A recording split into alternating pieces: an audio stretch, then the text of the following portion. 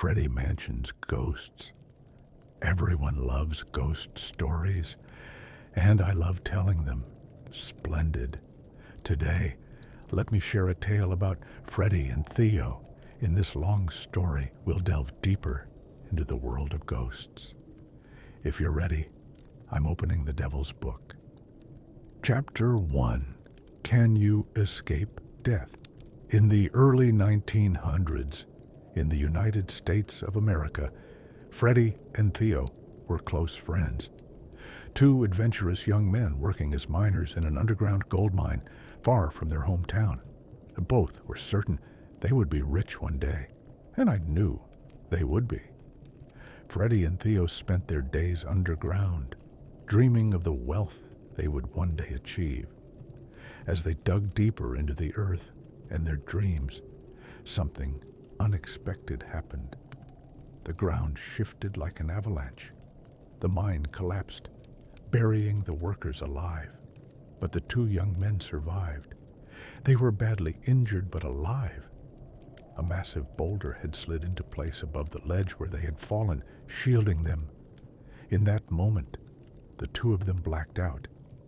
When they woke, they hoped it had all been a nightmare. But the reality was undeniable. Thirst, hunger, and pain began to push their minds to the brink. There was no hope. They were going to die. By the end of the second night, Theo realized he couldn't hold on any longer. "Freddie, are you dead? Freddie!" "Theo, Freddie will never get out of here." Theo broke into tears, but no tears fell.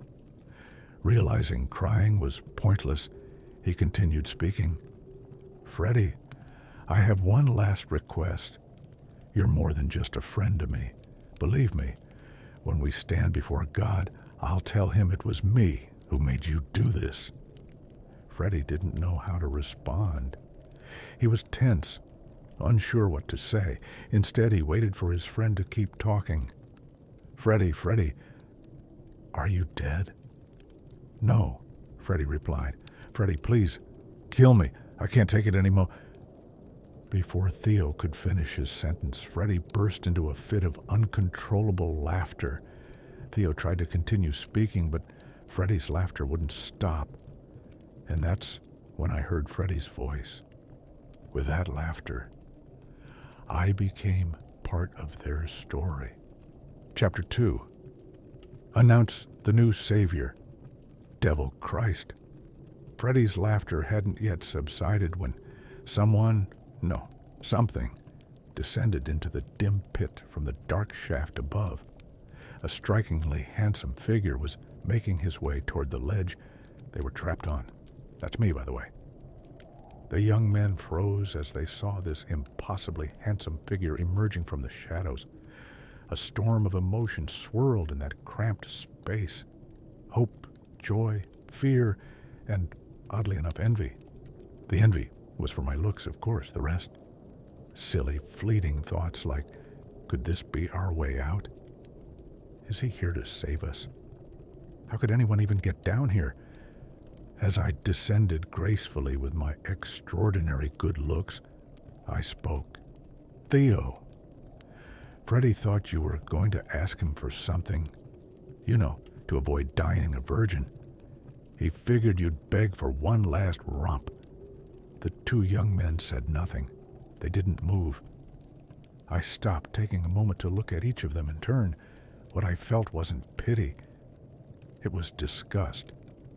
Not because they didn't laugh at my joke, but because if you could see the entirety of a person's past, their future, and every possibility of who they could have been, all laid bare on their face, you'd understand my revulsion.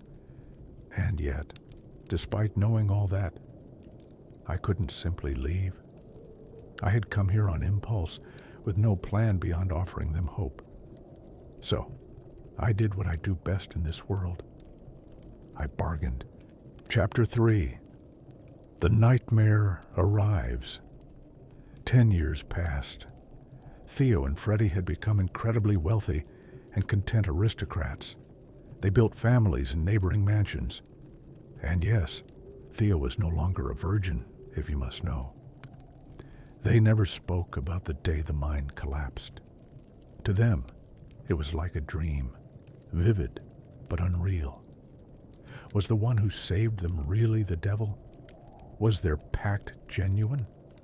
They couldn't be sure of anything, but that uncertainty didn't stop them from amassing more and more wealth. It was as if Jesus Christ himself had blessed them with divine fortune. Their health was intact, their sins had gone unpunished, and 10 years had passed without incident. That night, both men had the same dream. They saw him, that impossibly handsome devil. Both men woke up with the same thought. It was time to finally talk about that day. Theo couldn't sleep for the rest of the night. He stayed awake, watching his wife, who was more beautiful than he had ever imagined a woman could be. As dawn broke, he ordered the horses prepared and set off for Freddie's mansion. From the grand window of his mansion's parlor, Freddie saw his old friend's carriage approaching. A wave of dread washed over him. He felt utterly defeated. The dream had been real. The devil was real. Chapter 4. A deal with the devil cannot be broken. Dark gray clouds covered the sky, and a light rain fell steadily. The two old friends sat in silence in the winter garden. Freddie was the first to speak. "It seems the time has come to pay the price," Freddie said in a lifeless tone. "There must be another way." "Like?" Theo murmured hesitantly. "You know as well as I do, Theo, that there is no other way. He made it very clear. We must do it honestly," Freddie replied sharply. "What I'm suggesting is still honest. Maybe it doesn't have to be the one we love most. What about the next one? After all, it would still be one of the people we care about most," Theo said, knowing full well it wouldn't work. "You're a fool, a complete and utter fool," Freddie shouted, grabbing Theo by the collar. His anger exploded as he slapped Theo across the face with enough force to echo through the garden. Freddie began to cry. "No, you're the fool," Theo retorted, his voice trembling. "If all we wanted was to live, he would have saved us anyway. But no, you wanted wealth too. We could have worked for it. Maybe we wouldn't have had this much, but we wouldn't have starved either. And now we have so much in our lives we can't let go of. I don't even know who I love most anymore." Theo's voice broke as tears streamed down his face. He slapped himself across the cheek in frustration. "I should have ended our friendship that very day," he said, turning toward the door of the winter garden. Freddie grabbed Theo's arm as he reached for the exit, stopping him in his tracks. "You idiot! We have to do this. One way or another, they'll die. If you don't do it, he'll do it for you. He'll kill them, throw them into eternal fire, and take everything we have. You brainless, reckless fool!" Freddie's voice cracked as he shouted, his eyes filling with tears, his head trembling with anger. He punctuated his words with a sharp smack to Theo's head. Theo wrenched his arm free and stormed out into the pouring rain, running toward his carriage without looking back. Chapter 5. Murder Night at Freddie's Mansion. The entire family was gathered in the dining room for dinner. Freddie, his wife, and their 3 sons. They ate in silence. The atmosphere was thick and heavy. As the meal came to an end, Freddie asked his eldest son to join him in the study. Father and son sat across from each other in the dimly lit room. The boy was nervous, unsettled by his father's silence. His mind raced, searching for what he might have done wrong. The silence dragged on until his father's voice broke through. "My son, Sometimes in life, a man bears the curse of loving and being loved too much. I wish I didn't love you this much, Freddie said, his voice trembling as his eyes filled with tears. The boy, overwhelmed by guilt and his father's sorrowful tone, opened his mouth to speak, but Freddie continued before he could say a word. Tonight, I don't want you to speak in this room. In fact, we've reached the end of our conversation, Freddie said, his voice shaking. He rose slowly from his chair and walked behind his son. He couldn't do it while looking into his boy's eyes. With trembling hands, he wrapped them around his son's neck and began to squeeze with all his strength. But Freddie had forgotten one thing, the mirror across from them. His son, struggling and gasping for air, locked eyes with his father's reflection in the glass. When Freddie saw his own reflection, something within him faltered. By the time his son's body went limp, transforming into a lifeless puppet, the gravity of what he had done hit him. As he released his grip, his son's body crumpled to the floor.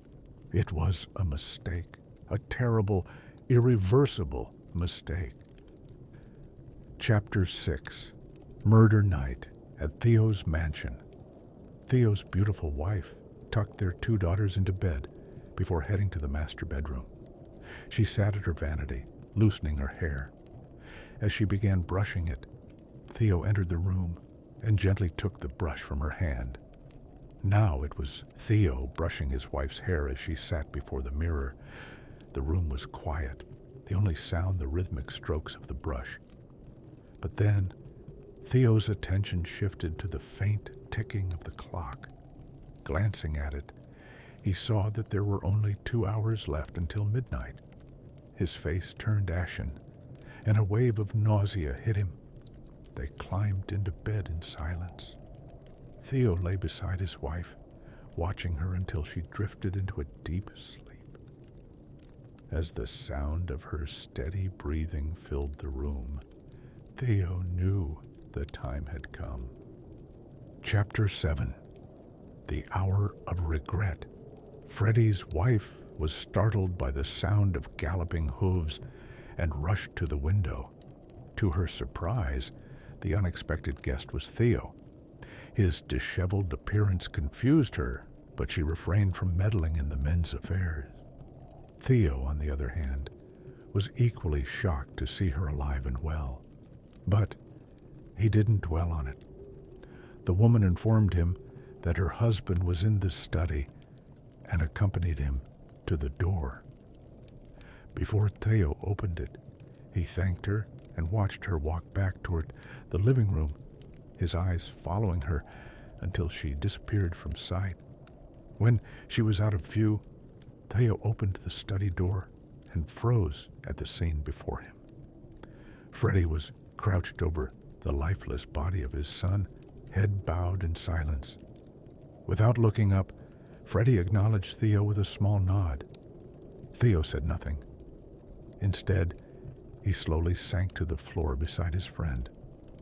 Reaching into his pocket, he quietly drew out a pistol and fired a single shot into Freddie's head. The sound of the gunshot echoed through the mansion, followed by the frantic footsteps of those rushing toward the study. Theo remained calm as he placed the gun into Freddie's lifeless hand and left the room. As the clock struck midnight and its chimes reverberated through the halls, Theo collapsed onto the floor just outside the study. Chapter 8. The Curse of the Mansion. When Theo woke in his own bed, he saw his entire family, his doctor, and his loyal butler gathered around him. His wife sat silently, crying.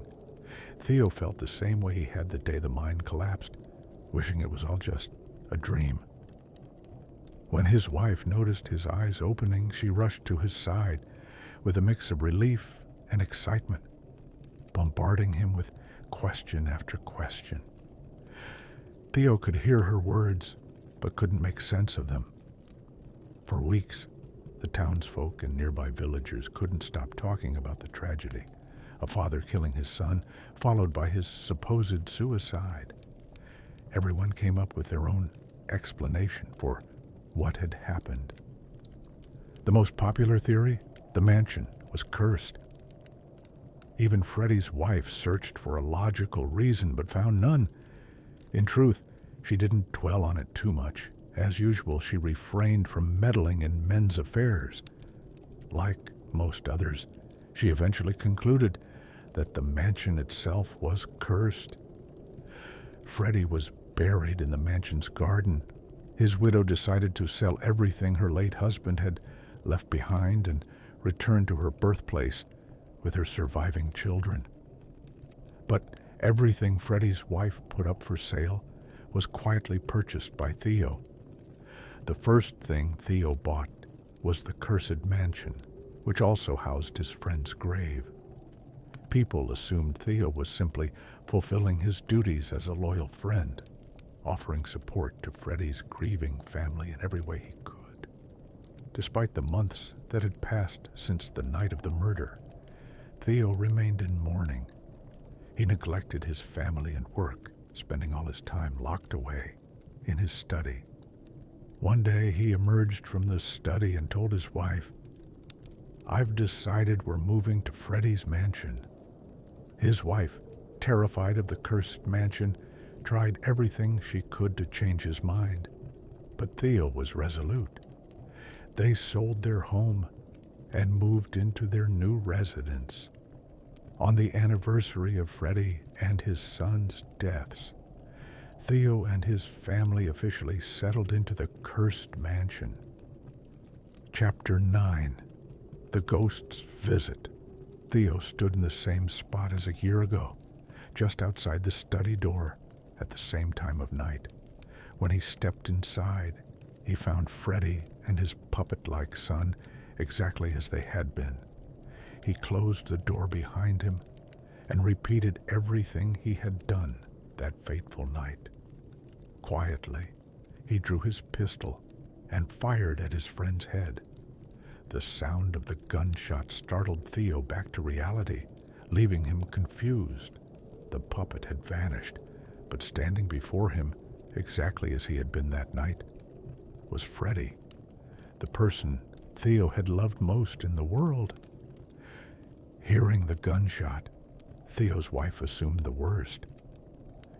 She walked briskly toward the study, convinced her husband had planned everything, and that the cursed mansion had fulfilled its grim role. Midway there, a terrifying thought struck her. Her daughters! Damn it! Damn it! She whispered, spinning on her heels. She rushed to the children's room and was relieved to find her daughters asleep in their beds. Her panic subsided for a moment before she turned and ran back to the study. By then, the servants had gathered outside the door. The butler stood in front, trying to calm the crowd and usher them away. Elderly, devout women crossed themselves and muttered prayers under their breath. When the butler noticed his mistress approaching, he stepped aside, guiding the staff away to ensure no one could see inside. Before opening the door, Theo's wife braced herself for the sight of her husband's shattered head. She whispered a prayer and crossed herself before stepping into the room. To her astonishment, Theo was seated on one of the chairs, smiling. Her nerves gave way, and she burst into tears, running toward him and throwing her arms around his shoulders. Between sobs, she cried, I thought that you'd been cursed too." Holding her tightly, Theo reassured her, "Don't be ridiculous, my love. I'm not going anywhere. I just fired a shot to honor Freddie. Everything will be fine, trust me. We're going to be very happy here." He sent her off to prepare some warm milk and returned to the chair he had just vacated. Turning to face Freddie, who sat across from him, Theo smiled in satisfaction. Chapter 10. What is Hell Like? Because Freddie broke the pact, his beloved son became an eternal guest of hell. But I liked the boy. He was a spirited one. Hell, as you might imagine, isn't just filled with bad people. Yes, the wicked are here, politicians, for instance. But it's also home to many exceptional and distinguished individuals. Hell has its own form of justice. There's a true cost and reward for everything you've done. You can't bring lasting wickedness into this place, no matter how much you might try. And I'm not saying that just because I'm the one who runs it, it's simply the truth. Believe me, no one here demands your worship or prayers. No one expects meaningless adoration. What's expected is that you live a decent life without harming others. Fail to do so, and you'll pay the price immediately. What you call divine justice is as fundamental here as the laws of physics. Yes, 11 years ago, I asked those two young men to sacrifice the person they loved most in exchange for the beautiful lives I gave them. I asked for only that. Of course, I knew even then exactly what would happen today. That's why I made the request. Because Theo truly gave up what he loved most, it was returned to him. But Freddie, I can't say the same. Do you know what Freddie saw in the mirror that night, just before his son fell to the floor? Do you know what his real mistake was? His son was the person Freddie loved most in the world, or so he thought. But what Freddie saw in the mirror was the truth. As long as nothing happened to him, he didn't care what happened to his son. He felt nothing for him. Killing his son was no different than striking a rat with a shovel. And so Freddie became an eternal guest of this world as well. Not of hell, though, of the mansion. A ghost forever trapped within the estate where he died. The true curse of the mansion, a gift for Theo, a punishment for Freddie. For all eternity, Freddie's presence would linger, never fully certain, never entirely absent. A shadow of existence that would haunt the mansion until the end of days. Chapter 11. Happy days at Theo's mansion. Over time, Freddie's ghost became consumed by an overwhelming emptiness, a void he had sensed even in his earliest moments as a phantom. Spending time with Theo brought him no solace. In truth, nothing did. Even having one person who could see him wasn't enough to satisfy Freddie's ghost. It was a disorienting state. Perhaps he didn't even exist. Maybe he was nothing more than a manifestation of Theo's sick mind. Freddie longed to be visible. He stopped spending time with Theo and retreated to the grand library, immersing himself in study. He devoured knowledge, developed ideas, and sought methods. This tireless research went on until Theo's daughters were of marrying age. Each evening, Theo and Freddie would meet in the library to discuss Freddie's findings and theories. Theo procured every occult book he could find for his friend and sought out anyone claiming expertise in the subject. Initially, Theo's wife and daughters were deeply concerned about his sudden interest in the occult. But over time, his obsession became normalized in their eyes. The daughters even began joining their father in exploring the mysteries of these forbidden teachings. The family grew accustomed to Theo talking to himself. Though his wife had initially feared he'd lost his mind, she eventually came to terms with it. She even convinced herself that Theo's conversations with Freddie's ghost might be a good thing, a way to counteract the mansion's curse. After Theo's daughters married and left home, Freddie's ghost finally made a small breakthrough. he and Theo developed a theory and agreed to test it on the servants. They planned to conduct experiments while Theo and his wife were away visiting their newborn grandchild. They discovered that Freddie could briefly manipulate objects if he concentrated intensely. The experiments involved minimal interference, pulling the blankets off sleeping servants, breaking glasses, and similar small disturbances. These actions terrified those they affected, but for Freddie, they were validation of his existence. Although Theo set off for the visit, his mind remained at home. He wanted an excuse to return early and be present during the experiments. After a week's journey, they finally arrived at their daughter's modest home. The moment they did, Theo sent a telegram home. The reply arrived the next day while Theo was spending time with his grandchild. It read, "Everything is fine, sir. Rest assured." The response only fueled Theo's curiosity. He announced that he needed to return home for work. While Theo would leave, his wife would stay with their daughter and son-in-law. Theo assured her that he would handle his tasks quickly and return to visit again. By then, their eldest daughter, her husband, and their children would also be there. It would be just like old times, with the whole family together again. This thought moved Theo's wife to tears. She wept quietly in a corner, her heart full of bittersweet joy. But as Theo prepared to leave, she couldn't stop crying. She had a bad feeling. Despite the forced happiness they had built over the years, she had never trusted that house. To her, the mansion was no different from a murderer, one that had slaughtered an entire family. And as Theo departed, a fire of unease burned in her chest, a flame that wouldn't be extinguished until her husband returned safely. Chapter 12. Why do ghosts frighten us? The very day Theo and his wife set off on their journey, Freddie began his experiments. Yet, the emptiness inside him only deepened. The prospect of success didn't fill the void. It made it worse.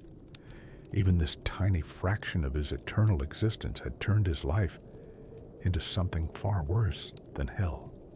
Hell, after all, has hope. Within the confines of the mansion, Freddie had none. What drove him to these efforts and endless research?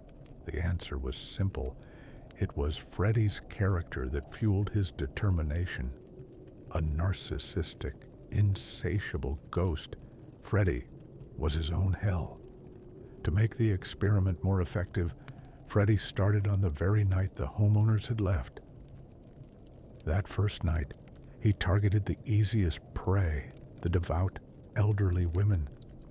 They were precisely the kind of people who would turn the tale of Freddie's ghost into a legend. By dawn, all the servants had gathered together in fear. The spiritual, imaginative older women had played their parts perfectly, reacting exactly as Freddie had intended. The days without the homeowners would be nothing like the idyllic fantasies the staff had hoped for. They would be a nightmare. The butler, however, was unaffected. A pragmatic man, he dismissed the women's fears, chalking their reactions up to old stories and overactive imaginations. For him, nothing supernatural was occurring. Freddie had deliberately excluded the butler from the experiment. It was all part of the plan. The experiment was a resounding success. Frightening the servants and even the cats gave Freddie a sense of certainty in his existence. To be feared was to be noticed and to be real. But Freddie knew these small acts wouldn't sustain him in an eternal life.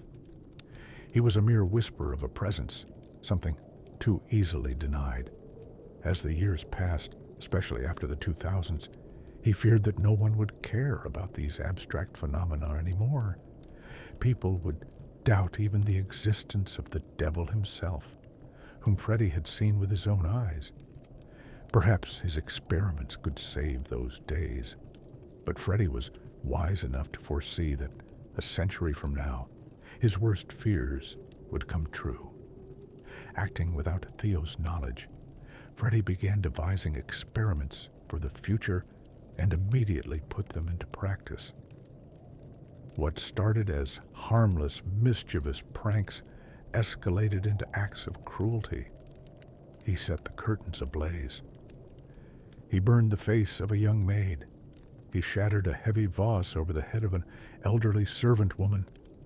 The butler, who had dismissed the earlier incidents as coincidences, could no longer deny that something sinister was happening.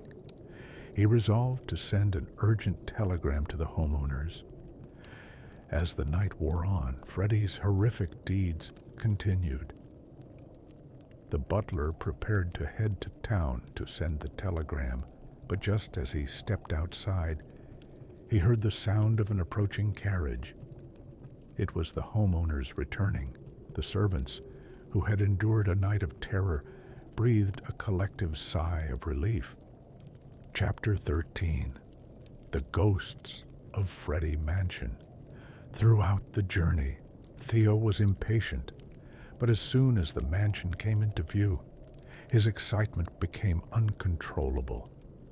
If I were younger, I'd leap out and run there, he thought. Before the carriage reached the house, he ordered it to stop and stepped out.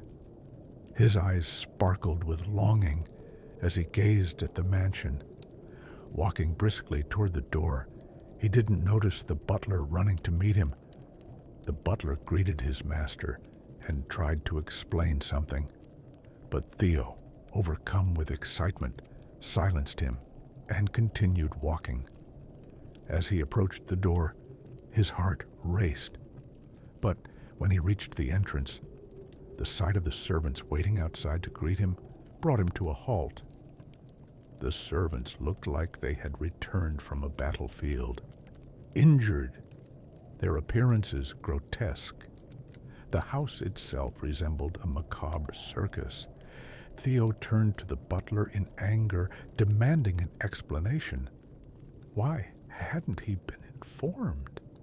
The butler, desperate to defend himself, explained that everything had escalated during the previous night. He had been about to send a telegram to inform Theo, but hadn't had the chance. Ignoring the rest of the explanation, Theo stormed toward the library. Entering the room in a state of shock, Theo froze as Freddie's ghost greeted him with a smile. Freddie approached him slowly, visibly excited. "We did it, my friend, we did it. Now I'm certain I'm not just a figment of your imagination. I exist, Theo. I exist. Can you believe it?" Freddie's ghost exclaimed, gripping Theo's shoulders. Theo recoiled from the icy touch, his revulsion evident. Seeing his friend's reaction, the emptiness within Freddie's ghost overflowed, replaced by a surge of anger. His fury shook the mansion like an earthquake. Flames danced in his eyes, whipping through the house like a powerful wind. As Theo tried to comprehend what was happening to his friend, a single thought echoed in his mind. I'm afraid of the person I loved most in the world, Freddie. Chaos erupted within the mansion. Though everyone inside tried to flee, casualties were inevitable. The loyal butler, attempting to rescue his master in the library, was crushed beneath a collapsing beam. Theo's heart filled with despair as he waited for Freddie's rage to subside. But then, the unexpected happened. Freddie's ghost, now certain of his existence and filled with a twisted sense of purpose, hurled a massive, finely crafted wooden bookshelf at Theo. Theo died instantly, crushed beneath the shattered remnants of the ornate bookcase. The devout elderly women who survived the mansion's destruction turned their experiences into legend, as expected. The tale of the ghost of Freddie Mansion spread far and wide. Freddie's ghost had achieved his goal. He had become tangible, undeniable. The mansion itself became his living, visible body. After Theo's death, his grieving wife dedicated her life to her children and grandchildren. She refused to sell the mansion, instead enclosing the estate in high, doorless stone walls. Within those walls, the graves of Freddie, Theo, and the loyal butler were left in silent isolation, unvisited and forgotten. 1 year after his death, Theo returned to the mansion as a ghost, unwilling to leave his friend behind. The loyal butler joined them as well. Freddie, Theo, and the faithful butler, now the ghosts of Freddie Mansion, waited patiently for the birth of a new generation. A generation that would refuse to believe in what they couldn't see. The ghosts dreamed of an age when their presence would finally be free. Perhaps, in the future, we'll delve into the dark days that haunted this mansion. Until the next tale, may you question everything you think you know. For now, I must end this story. And so, the ghosts of Freddie Mansion, masters and their loyal servant, lived happily ever after, forever.